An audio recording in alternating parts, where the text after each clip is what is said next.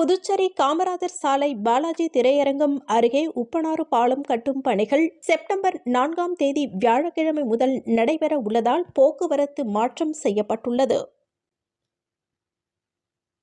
புதுச்சேரி உள்ளாட்சித்துறை ஊழியர்கள் உள்ளாட்சித்துறை தலைமை அலுவலக வாயில் பகுதியில் முற்றுகை போராட்டம் தொடர்ந்து 9வது நாளாக நடைபெற்று வருகிறது. இப்போராட்டத்தால் மக்கள் பணிகள் மிகவும் பாதிக்கப்பட்டுள்ளது.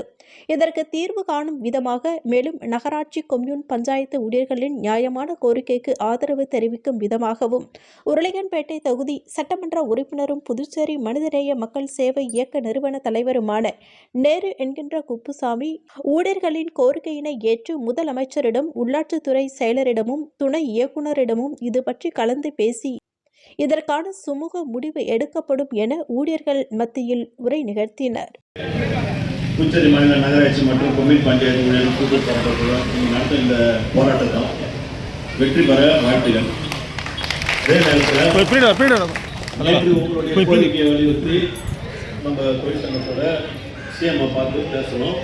அதில் முன்னாள் அமைச்சர் மல்லடி கிருஷ்ணாராவும் சங்கடமாக பார்த்து பேசுறதில்லை.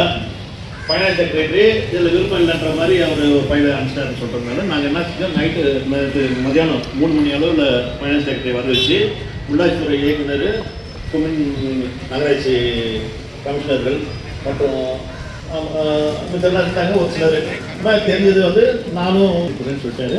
அதை எப்படி பண்ணுறதுன்னு சொல்லிட்டு அதோடைய சாராம்சம் சொன்னாங்க. அதை ஏற்றுங்க அவங்க ஃபைல் மூவ் ஆகி இன்றைக்கி ஜியோ வரும்ன்ற நம்பிக்கையில் தான் நம்ம நேற்று கூட நம்ம கிட்ட சொல்லிட்டு போனோம். நீங்கள் தொடர்ந்து இந்த போராட்டம்